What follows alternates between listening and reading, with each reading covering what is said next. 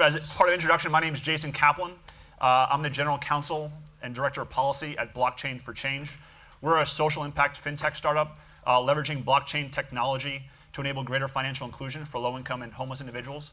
We created the Fumi app, which is a marketplace where low-income users can transact with their service providers, like food pantries, homeless shelters, and utilities, to digitize those transactions and enable those data points to be used as credit score worthy data for greater financial inclusion. So thank you, and I have a tremendous panel here that I'd like to introduce each one of them here. To my left is Hilary Gawrilow. She is the Legislative Director and Counsel for Colorado Representative Jared Polis and is the co-chair of the Blockchain Congressional Caucus. To her direct left is James Cross. He is the Director of Strategy at Workday, where he explores the future of business, work, and technology to help guide the company's strategic direction.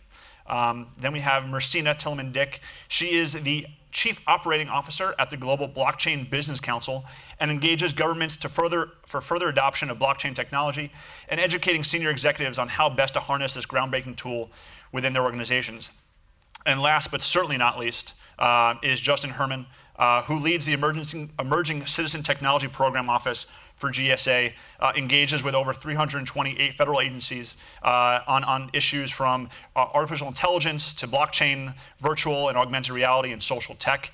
And please give him a welcome round of applause before we get started. So, the first time many of us have heard of blockchain really is its association being synonymous with Bitcoin. And the price of Bitcoin went up to close to $20,000. My mom, when she asked about what I do, she asked me about why am I doing this Bitcoin stuff. I said, Mom, what I do on blockchain literally has no affiliation with Bitcoin whatsoever. And that's why it's obviously important that you're all here today to learn more about it. But certainly beyond just cryptocurrencies, the application of distributed ledgers technology will go far beyond to transform now well-entrenched industries like banking, real estate, manufacturing, and human resources, and how they manage their data and verify transactions across many stakeholders. We're still in the very, very early days, even though it's 10 years old, still in the early days of blockchain industry. And what we want to make sure is that the critical innovations that are part of the blockchain technology are fostered and allowed to be dynamic and evolve, and that public and private stakeholders can work together to foster this growth, keeping in mind the concerns and risks around protection and security of data and identity of users. Now, with that, I would love for our panelists, James and Mercina in particular, to kind of answer a fundamental question, a foundational question, that being, what is blockchain? And how does it relate to cryptocurrencies and differentiate from cryptocurrencies? Sure. So blockchain technologies were originally conceived and developed to support the needs of cryptocurrency. And people have been trying to create a viable cryptocurrency for quite some time, since the 80s and 90s, through what we call the cypherpunk movement. And lots of the underlying technologies are based around cryptography when it comes to blockchain and Bitcoin. Bitcoin itself was developed by a mysterious figure called Satoshi Nakamoto. Nobody knows who he is or she is. And since then, that was really the first viable cryptocurrency. It brought together the right technologies and the right ideas in the right way to create Bitcoin, which, as we know, has been in the press quite a lot recently. So the best way to think about the difference between Bitcoin and blockchain is that Bitcoin is just really the first killer application of blockchain technology. And it just happens that a good way to keep this distinction in mind is to think that Bitcoin needs blockchain, but blockchain doesn't need Bitcoin. If you think of it that way, it kind of makes it a little bit clearer. But it also just so happens that the things that make blockchain really good for powering a digital currency also make it really good for solving lots of real-world problems as well. And that's why it's really exciting to be here today. And in terms of how the technology itself works, well, it's really just a chain of blocks, so that's quite descriptive. Lots of people submit transactions to a blockchain network, and each block contains a little chunk of transactions. And every one of those blocks has a unique fingerprint or hash relating to its contents. And every block that comes after it kind of references back the fingerprints of every block that's come before it. And so if any block is changed after the fact, then it becomes apparent because the kind of blocks, the fingerprints and hashes don't add up later on. So it's really, really early days right now. And I liken today to the early days of the internet. We have a good idea that it's a really important technology, that it's going to change the world, and we have some ideas of initial use cases, just like email was an initial use case of the internet protocols that underpin the internet today. But back then, if you think back to the mid and early 90s, we knew it was important, but we had really no clue that it was going to change the world in the ways that it has. We didn't know it was going to lead to changes in the way we shop, changes in the way we get information about elections and voting. We didn't realize it was going to change how we move around cities and even change the shape of cities as we look to autonomous vehicles. So it's really exciting to be here today to explore the potential. James, I appreciate the intro. I don't know, Mercina, if there's any additional technical color you want to add to it. Well, I think you did an excellent job explaining the tech behind it. The only thing that I would add is that blockchain really promises data integrity. And with all of these hacks, these very high-profile hacks that we see, it seems on a weekly basis, that's something that everyone is very excited about. And when I explained blockchain technology, I think you did an excellent job kind of going over the basic details. But when I talk about it with my mom, for example, blockchain is like a set of rail tracks. And in order to move something from me to you, we need those tracks. Bitcoin or any of the other tokens that we use on top of the tracks are like the cars. So that's kind of how she understands it. So See, I'm probably going to ask you to my house later so that you can explain that to my mom as well, so that she can fully understand. Before we jump into a lot of the sort of use cases, Hilary, I really want to learn about kind of where Congressional Blockchain Caucus, there's seemingly a lot of excitement around it. I heard that all of the seats on the caucus are already filled up, and there's a waiting list to get on the caucus. But really kind of what sparked the creation from Congress to create the caucus, and what do you see as some of the near-term goals for you and the work that you're doing? Yeah, well, there's not a limited number of seats. Any member of Congress can join the caucus. So if you're going up to the Hill, encourage them to join. Jared and, I'm fortunate enough to work for a member who has a deep understanding of technology. And Jared and Mr. Schweikert, and Mr. Mulvaney prior to Mr. Schweikert, decided, there is a lot of interest around the use of blockchain technology. And of course, there's a lot of interest around cryptocurrencies, Bitcoin in particular.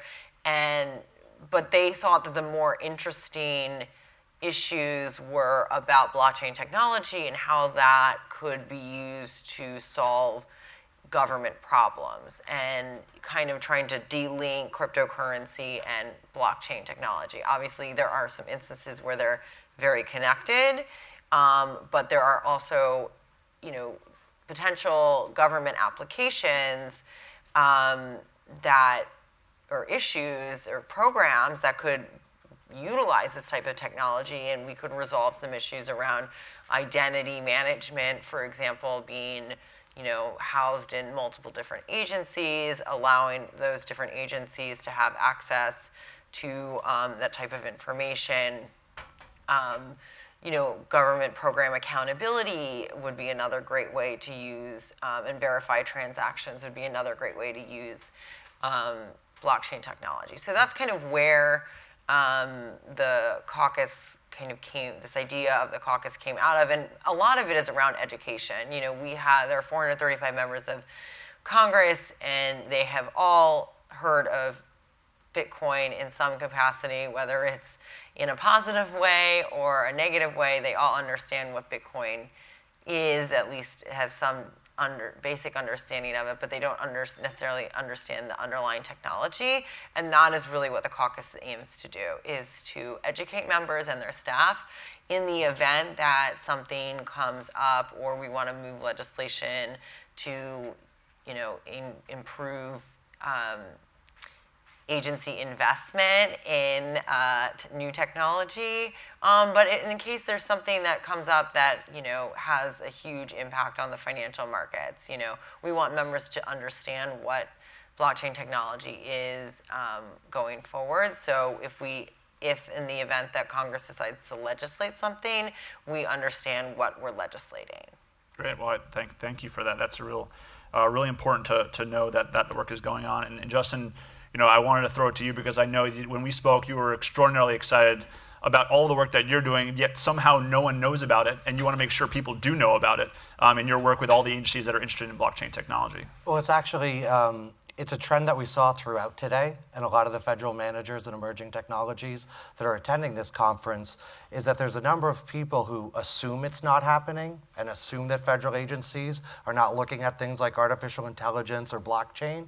And so when things are happening, and especially when those programs are reaching out and asking for more partnerships and more co-development, people aren't even looking in that direction to even know those opportunities when they exist. So yes, up here for blockchain, it's our pleasure to come here and talk, because I'll tell you how we got involved in the blockchain community and also the initiative. Less than a year ago, there were so many federal agencies coming to the table demanding that more government-wide programs and knowledge networks and co-pilots programs came together in order to explore blockchain technology. People had already done analysis on what specific use cases that they thought they had and wanted to be able to invest it. But if you looked at the public dialogue and where that was on the US government, it basically was saying that the US government is not even thinking about this stuff at all. And it's a trend also, and I think that we talked about, is oftentimes if a government body isn't publicly, like, let's say, issuing guidance or issuing a regulation, people assume then that they're not thinking about it. Nothing could be farther from the truth. On emerging technologies, especially blockchain and government, there are a few people who aren't talking about it one way or the other, either completely all for going forward, other people who are healthy skeptics, but either way, the dialogue, the programs, the ideas that are going to be shaping how we're going to move forward, and rest assured, inevitably, there will be forward movement on it. Those things are happening right now, and the more that people recognize that and discuss it, the better we can make smart decisions on it. And Justin, to that point, I mean, is there a specific use case that you are working on right now? I know you were talking about you're fielding engagement from various agencies that are looking to you as a source to understand the technology, how it can best serve that agency. Is there any specific particular use case agency that you're working with that you can share to kind of just sort of color the application for which you're speaking about? Like you mentioned, so we work with over 320 unique federal, state, and local agencies on emerging tech, and a lot of that is blockchain. And so we can see, and it's not just on the federal level, it's throughout all layers of public service, that there are people who, it's not like they're waiting to pilot it. They've already done successful pilots on it. I mean, this is as real as it gets. But as Shakespeare said, the path to true love never did run smooth. And of course, it's like you've got on one side of the coin, people, oh, geez, that was a pun. It's an afternoon, didn't mean the puns there. But you have one side where people are either complete evangelists for it, and this is going to change everything today. And then there's people who are like, well, why aren't we looking at pre-existing technologies that have been sitting there and maybe not being best used, that we've got to blow the dust off on? And the answer to both those questions or things is yes. Not only is it looking at the potential of what blockchain can be doing, and for acquisitions. We already have at GSA locally, we did a successful acquisitions pilot that greatly streamlined our processes, aimed at getting small businesses being able to do business with government quicker. I mean, that's a pretty good case, but we hear identity management, supply chain management, truly the gambit of what the private sector is thinking about. I guarantee you that there are federal agencies that we are working to help support and coordinate who are thinking and exploring the same things. And we should be thinking and exploring those things together, not in little silos, not in walled gardens, but having public discussion on it. That's great, and you hit a great segue in terms of the private applications of blockchain technology. And I really wanted to steer it back to James and Mercina, just to kind of learn about how Workday is looking at blockchain. Why have they dedicated resources to the technology, and in what ways they leverage it? And then also hearing from Mercina just about your community of corporate members and how they're thinking about the blockchain in a way that will expand their business and improve it. James, whomever, go for it. Okay, I'll start. So we are seeing a number of really compelling projects across the globe, and two that I'll highlight are pretty far in terms of their testing. So last year, the Republic of Georgia moved all of their land titles onto a blockchain-based system. And it's exciting because if you look at blockchain technology, it can't fix everything, regardless of what some people may tell you. You need to make sure that the data that you're feeding into the system has a lot of integrity and that it's accurate, because once it's in there, it's an immutable record. And in the Republic of Georgia, the World Bank ranks their land registry as number 3 in terms of accuracy. So they were a really good test case. And after moving all of their records to a blockchain-based system, a process that used to take a matter of days or weeks now takes a matter of minutes. It used to cost a couple $100, and it now costs a fraction of a cent. And individuals who have land titles have this key, which they can access regardless of natural disasters or wars or whatever may happen. There's no centralized point of attack or failure. So that's a pretty exciting use case that we've seen in the last year. Another that I'll highlight is based out of Australia. There's a company called Power Ledger, and they put solar panels on top of apartment buildings, and then everyone has their own kind of source of energy. If they don't use the energy, though, they sell it back to the grid, and they can trade it on a blockchain-based system. And I feel like that's a really good way to see kind of what blockchain can offer to a broad range of sectors. Yeah, that's fantastic. I mean, you really spoke to it in terms of the optimization that can occur in these systems and these businesses, where before there was difficulties of really kind of transacting in that same manner with blockchain technology, though it then becomes seamless. So, and James, where do you see, where's Workday diving into in the blockchain world, and how do you see that really optimizing your business? Sure. So Workday's HR and finance applications touch around 27 million employees across the world. And we serve some of the world's biggest companies, people like FedEx and Amazon and Unilever. And so we also run about 42 billion transactions in the cloud every year. That's everything from payrolls to job changes to financial accounting. And so any technology that might change the transactional side of the internet in the future is, of course, very interesting to us. And on our finance applications, we're also especially interested in things like smart contracts. But some of the most interesting near-term use cases come from the HR side of the business.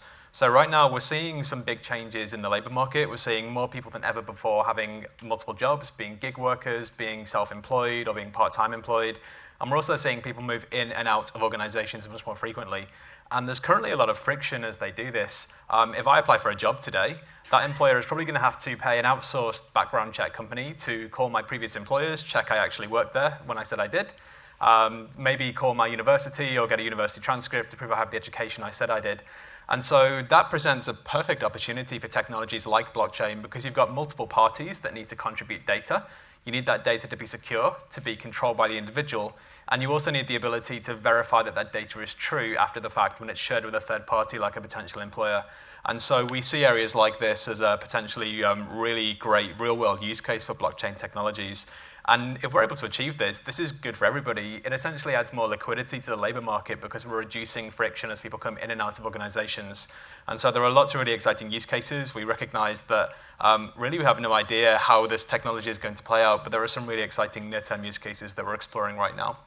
Great, thank you. I mean, it seems clear that there is no doubt this industry poised to revolutionize the way that we've been operating our day-to-day business, whether it's in contracts, but also in government and voting and identity.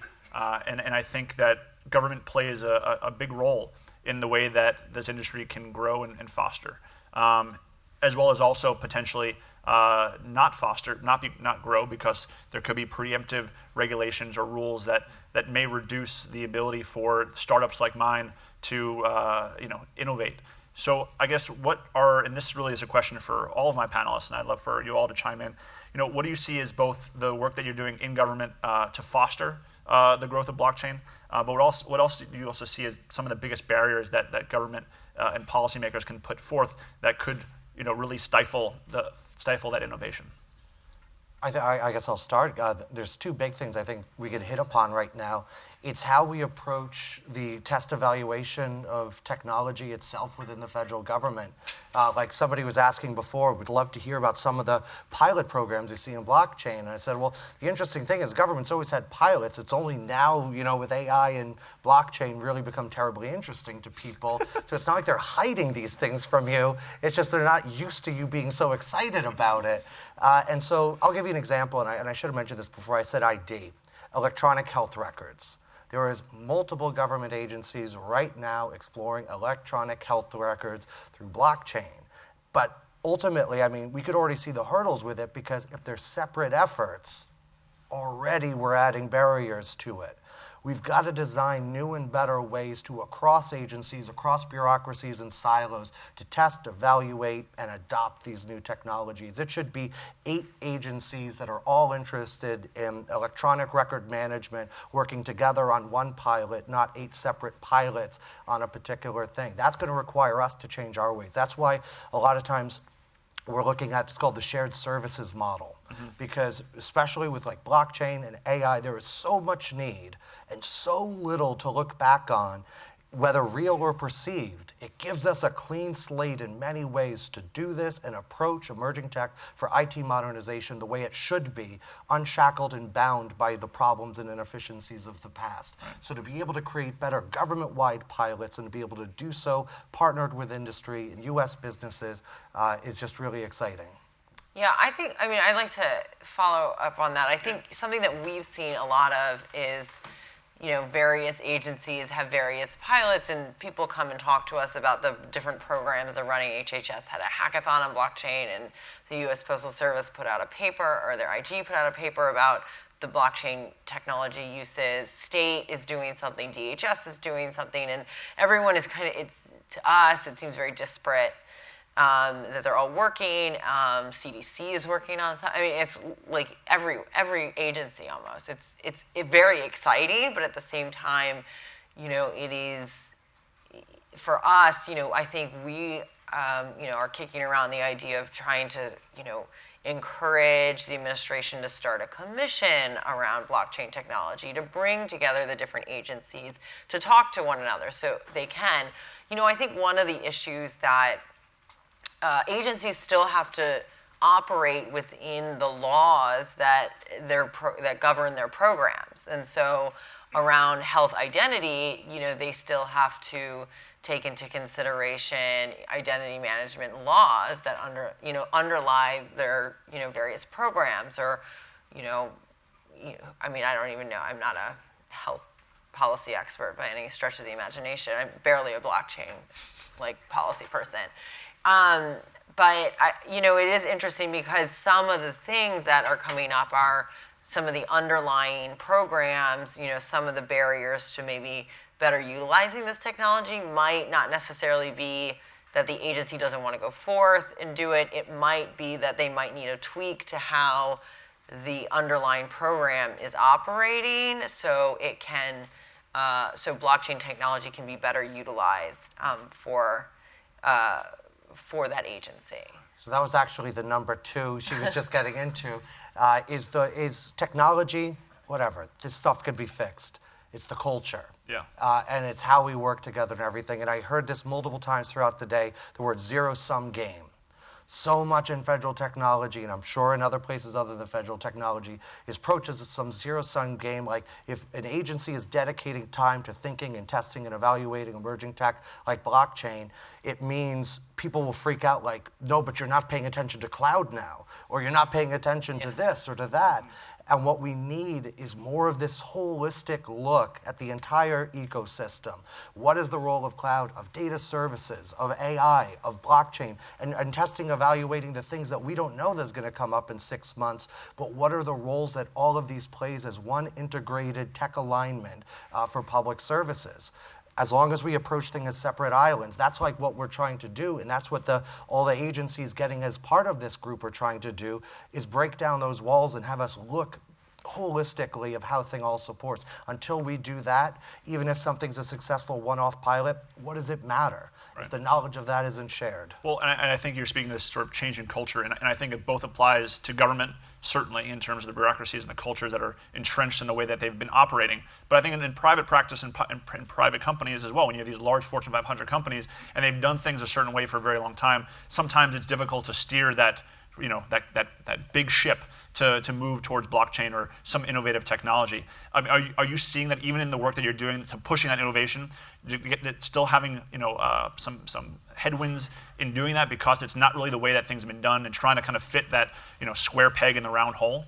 Emerging tech like blockchain is not moving people's cheese, which is ultimately what people are afraid of in this space. It's melting the cheese completely. It's making fondue out of the people's cheese. And that's why even if people want to approach it I'm interested, there's still that nervousness because we're talking about automation in many ways and we're supposed to not want to bring that up. But these are things we've got to talk about, and there's so many of these trigger words, as they say, around it that it makes it hard. But that's why we're up here. That's why we're talking. Well, I certainly hope that as one of the tweets is about fondue associated with our panel, because that would be perfect. It's delicious. Yeah, it is delicious. Mercina, you want to talk a little maybe about sort of your corporate actors About fondue. about your time in Davos you just came from, so maybe there was a lot of fondue happening there.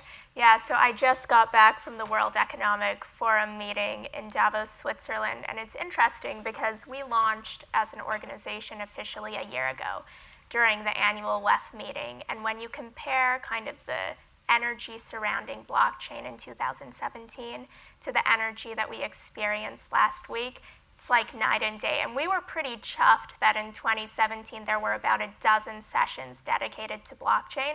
But everywhere you turn, people were excited about this technology because I think over the next decade it will fundamentally alter many of the systems that power everyday life.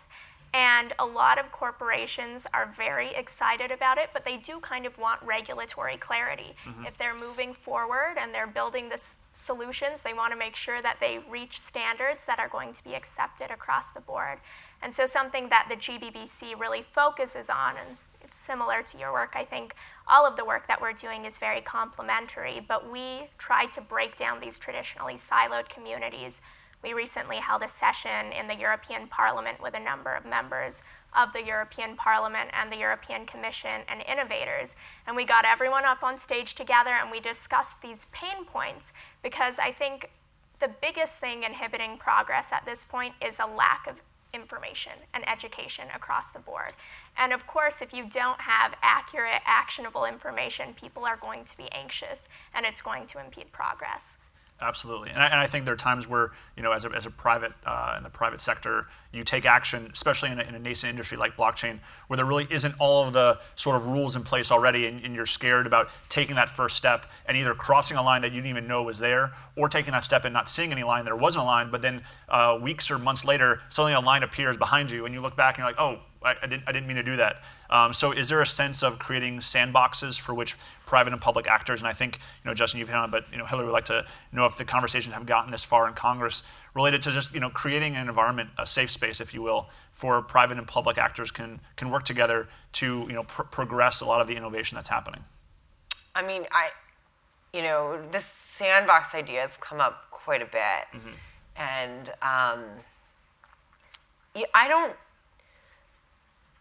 I'm not one to say Congress needs to step in to something when it doesn't need to.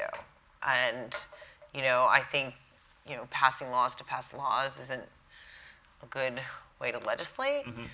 And I'm not entirely sure that we need to come up with Congress needs to legislate a sandbox. I think Congress can encourage it. I'm not even sure we could legislate a sandbox, to be honest.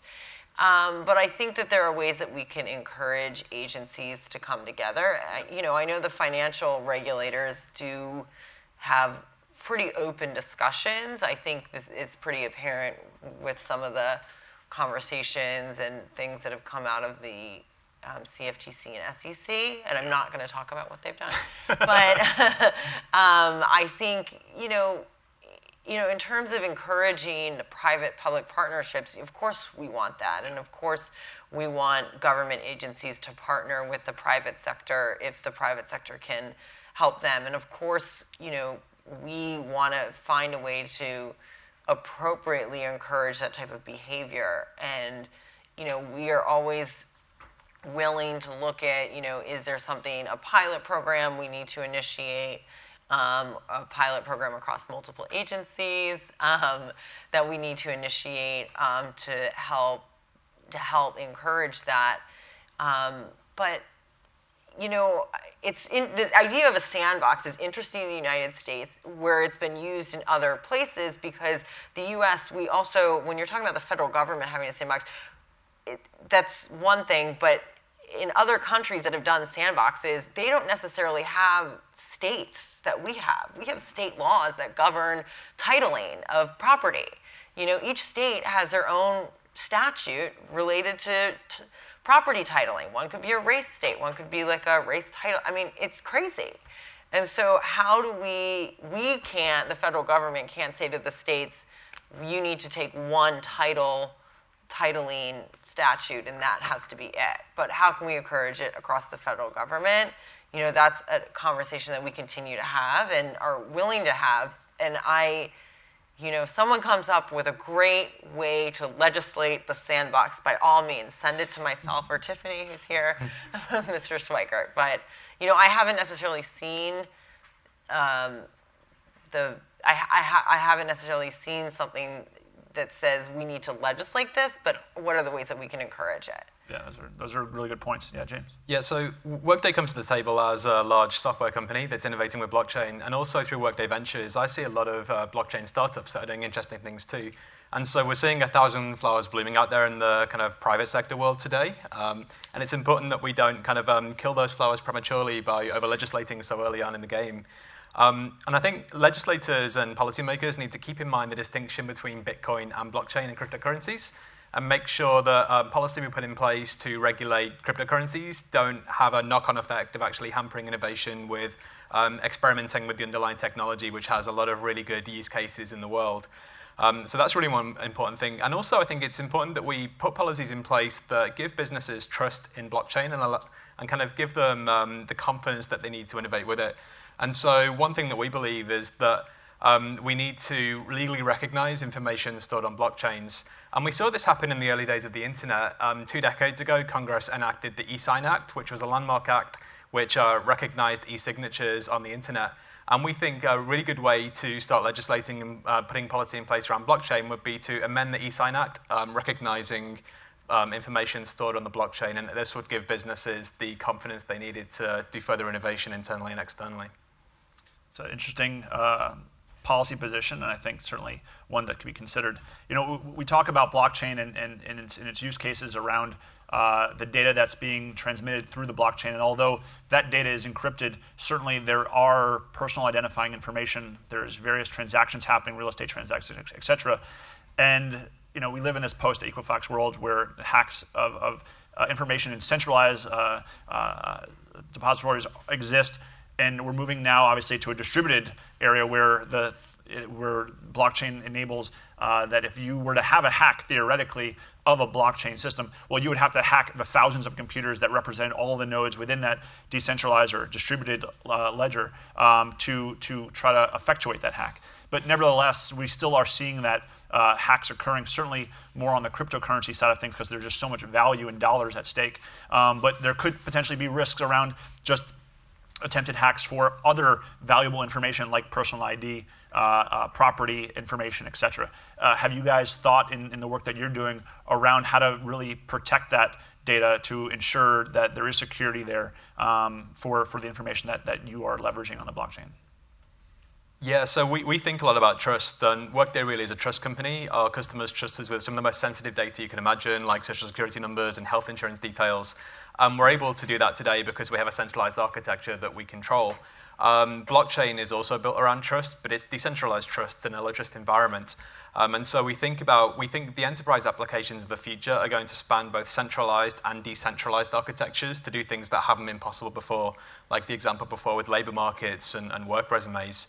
And we're also looking at hybrid blockchain technologies too, which incorporate private blockchains, which are permissioned and secured and shared with trusted partners, which periodically write a digital fingerprint to the public blockchain, allowing information that's chosen to be shared by an individual to be verified as being true as well.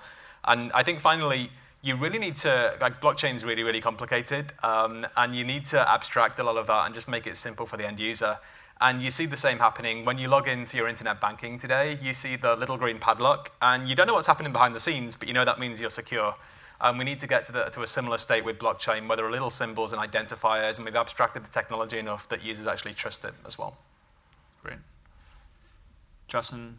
I was just taking it in. I mean, yeah, part of it is like even the cycles in which we talk and introduce new ideas of things. It's like, so right now enough agencies are starting to come to the table specifically for us to start moving into quantum computing research.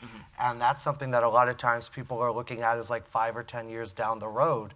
But these conversations and this investment in it is already happening. And so when we talk about like the security, one of the things that he brought up, and I'm going to mention that my patron saint of blockchain technology, Andrew Van Johnny at GSA, who's really a thought leader in the tech spaces, there's a fierce debate that's ongoing about hybrid approaches to it, and what then becomes, when is it just no longer blockchain and it's really just somebody selling something to the government that's taking advantage of the word blockchain, but doing something that ultimately is going to lock us out of the eventual benefits.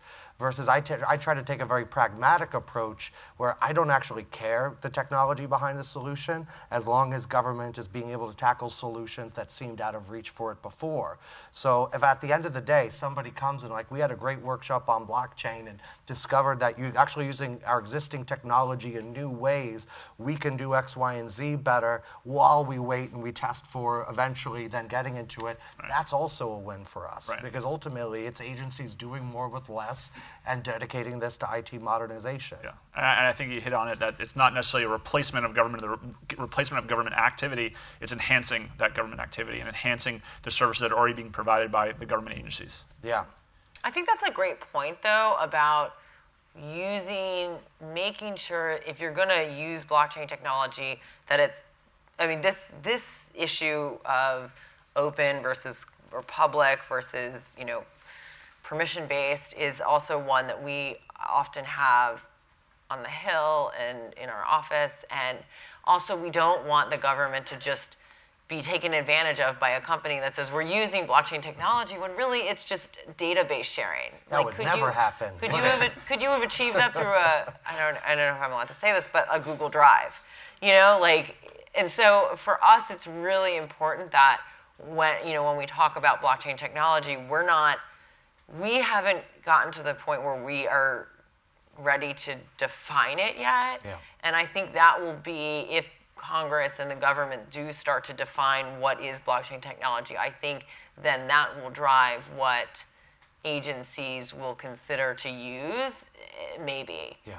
That's why we're putting a lot of effort into this quarter and this year in particular in developing new training, education, and awareness programs around emerging technologies like blockchain. We're in the midst of launching it, and specifically to not just target bringing those technologies and understanding within to government, because let's be honest, we're going to be working a lot with U.S. businesses on this because those skill sets aren't in it right now, but also awareness for senior leaders who are non-technical, for legal and contracting specialists. It's not enough just to have somebody in your office who's smart on blockchain and they invest in CryptoKitties and all of a sudden you've got it covered. It is a holistic thing. People have to figure out who the stakeholders are, and ultimately we all are. And so for us, like, the ultimate goal isn't, well, great, 50 agencies are doing pilots on blockchain. No, but if we can show people are smarter and if nothing else, being able to know when to say no. Yeah. That is the ultimate, because it's not all about government agencies investing in every emerging tech.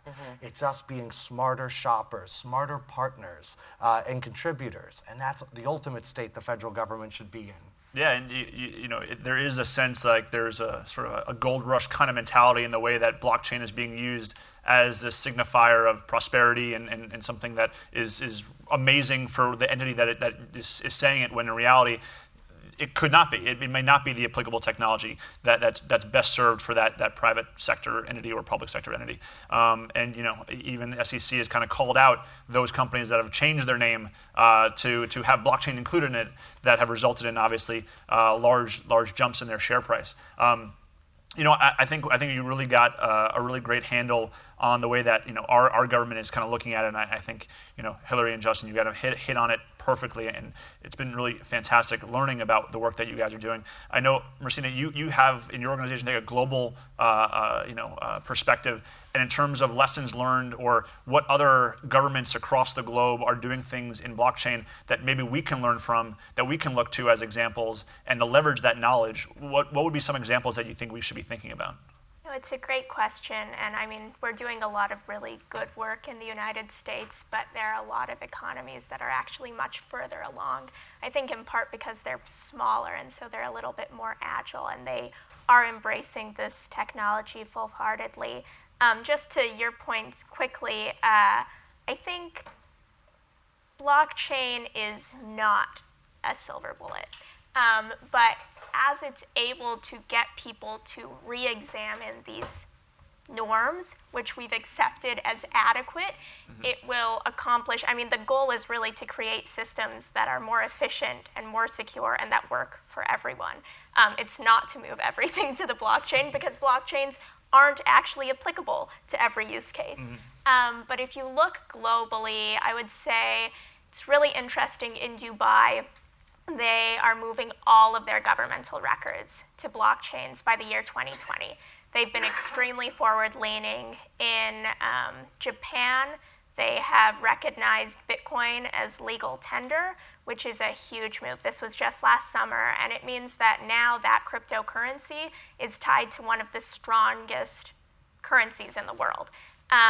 So that's very exciting. And then you look at places like Sweden, which are moving all of their land titles also to the blockchain. So there are some use cases that you're seeing over and over again, like land titles, like government records, where it does seem to make a lot of sense to create kind of this immutable, highly secure record. Fantastic. Well, listen, I think we've run out of time, although I think there might be time for a few questions, 2 questions. So one, thank you, panelists. I really appreciate it. It was tremendous and fascinating dialogue we've had. Anyone have a question that, okay, I got 2 right here, so we'll start with you, sir. And there's a microphone coming your way. Coming back to the risk and safety question, specifically on Bitcoin, there have been problems with people losing their keys, losing their access to their wallet, and losing their Bitcoin. Yeah. And there have been problems with Bitcoin piggy banks or custodians or repositories, I forget what they're called, being hacked and gazillions of dollars, gazillions of Bitcoins being stolen. When you have businesses, government agencies, and especially something like land records, what happens if somebody loses the key to their land record? Have they suddenly lost the title to their property? Are people expected to download their keys to a thumb drive or print them out and put them in a safety deposit box, or put them on a Post-it on their monitor like we've been doing for years? Well, it just seems that, just like passwords have become a horrible security problem now, it seems that the keys to managing all of the data that's being put in the blockchain are another source of problems and vulnerabilities and maybe catastrophes. I think we hear a lot of this. I think it's called, and forgive me if I'm wrong, the paradox of the present, where people will judge the potential of something that's in development only by the conditions of today. So I'm not up here talking about Bitcoin. I never talk about Bitcoin. I talk about the underlying tech. But sometimes we'll be in an agency and somebody will talk about a problem. Well, we shouldn't be looking at this because X, Y, and Z. And it's something that's a term and condition of Bitcoin today or even a year ago. And yeah, you know what? I've read about that too. Really sucks when people lose their key and they lost their gabillion Bitcoins, but that's not a condition of what we're talking about with blockchain being repurposed. And if it was a problem, the community come together and develop solutions around it. It's like saying, oh, look back to the beginning of the internet. How could we talk about having all these great new AI programs when my modem only works at this speed? Well, we don't have modems anymore, and there's a lot of terms and conditions that change in that environment. And we The key still controls the access, and so it's just a real question of, with the land records specifically, how does somebody maintain, this is my key and this is my property? well, I can't speak because I don't think no one here is obviously a county executive and managing land records, so I don't want to dive too I deeply. do lose my wallet and keys physically all the time, though, so I'm kind of an expert on it. I'm sure we can get you that answer. And I just one more question we had, and we'll be brief. We'll try to be brief at least. Huh? Yeah, thank you. I was asking a question about if you'll anticipate that with the very public hackings of cryptocurrency exchanges and virtual exchanges, are you facing then barriers within government or within policymakers that don't even want to touch this? They're like, look, if we want to put our government's identification system on this type of technology, but there's already these issues, is this a non-starter for some people, and how do you overcoming that? I would say the easiest way to overcome it is Oh. Sorry, there's Mike. Didn't. It was around the same issue about control access. If you lose access to your token, what does that mean for the end user? Is that a good summary? Yeah, if that's what the public and policymakers are seeing as the flaw in blockchain technology, how do you keep moving conversations forward? What's the argument that we should still use this for identity because X, Y, Z? Right. There are those concerns. Yeah, so I am not a technology expert by any stretch of the imagination, and I do think that this is a really good policy question. I don't think that we as policymaker, and I'm only speaking for myself, not for Jared, not for the Congressional Blockchain Caucus, but have thought, I think that is something that we need to think more deeply about. But I think we are confident in, the people who are working on this type of technology to help us resolve those questions. We aren't going to be, find a member of Congress that will tie Bitcoin to the dollar. They'll never do it. I mean, I never say never, but I highly doubt it. And by maybe what Japan did is they've guaranteed that money. I don't know. The U.S. dollar the U.S. government is not going to create another currency. and I would just say that we are still in the very, very early days of this technology, and we are responding to all of those different threats and concerns. And you hear a lot more about issues when things go wrong. But if you look at Estonia, for example, they have digital identity, and it works remarkably well. You can get an e-prescription, you can vote on your phone, and we don't hear enough about the places where things are going really right. I would love to vote on my phone. I think we all would. And Mercina, on that, I think that's a perfect way of ending it. Thank you so much, everybody. Thank you, and you can always find us and meet with us, ask us all the questions you want later, so thank you.